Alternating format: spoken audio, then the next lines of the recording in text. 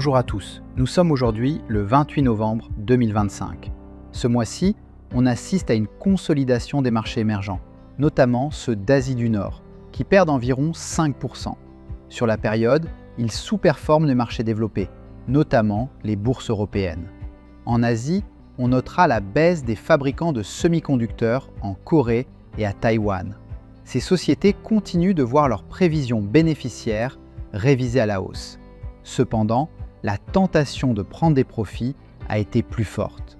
Ailleurs en Asie, on notera la hausse de l'Inde et de l'Indonésie. Ces marchés commencent à surperformer, tout comme le Brésil et le Mexique en Amérique latine, ainsi que l'Afrique du Sud. En Chine, les valeurs boursières continuent de baisser, environ 3% sur le mois, malgré des résultats du troisième trimestre très satisfaisants. Au cours du mois, nous nous sommes déplacés en Inde et au Moyen-Orient. En Inde, nous avons été surpris par la vigueur de la consommation et voyons le marché monter. Au Moyen-Orient, l'activité continue d'être forte dans les Émirats, alors qu'en Arabie Saoudite, la croissance ralentit du fait de la faiblesse du brut et de la révision à la baisse des projets d'infrastructure. Les valeurs technologiques en Corée et à Taïwan baissent par rapport à leur point haut atteint en octobre. Faut-il rester investi sur ces titres ? Indéniablement, la demande en puces, serveurs et mémoire IA est beaucoup plus forte que prévu.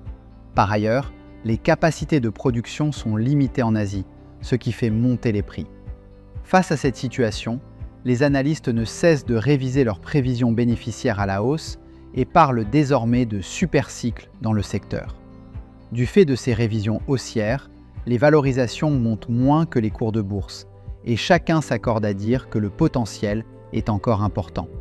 Aujourd'hui, ces valeurs représentent 27% et 31% des portefeuilles GEM Equity et GEM Asia, une surpondération d'environ 25% par rapport aux indices. La correction actuelle n'est pas surprenante. En fin d'année, certains investisseurs préfèrent cristalliser leur surperformance en réduisant leur surpondération.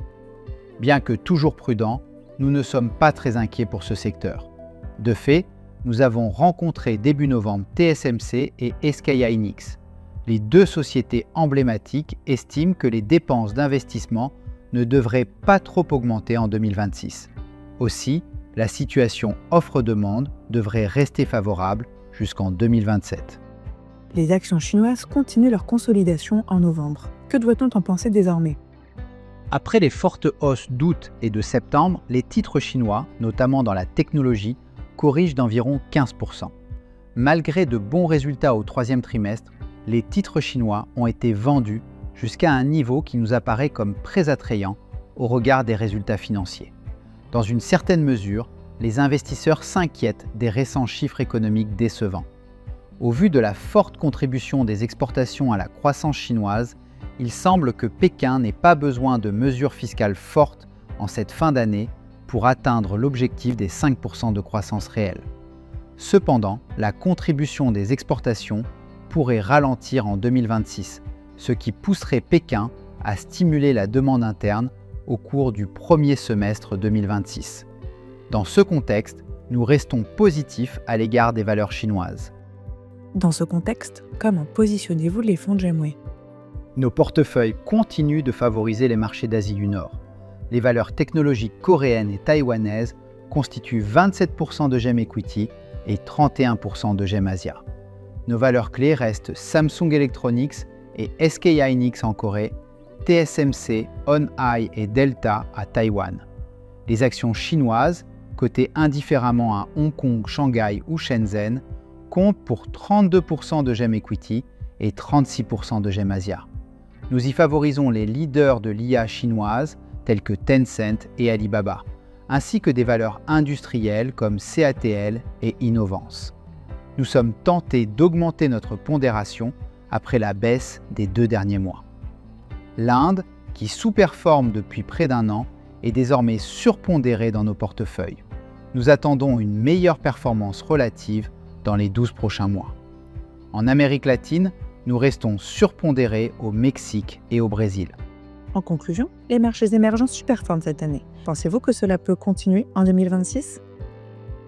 Nous estimons que les conditions de marché devraient rester favorables aux actions émergentes en 2026. La baisse des taux d'intérêt américains est un catalyseur puissant, tout comme la baisse du dollar. Les devises émergentes semblent toujours attrayantes, en particulier le yuan chinois et la roupie indienne.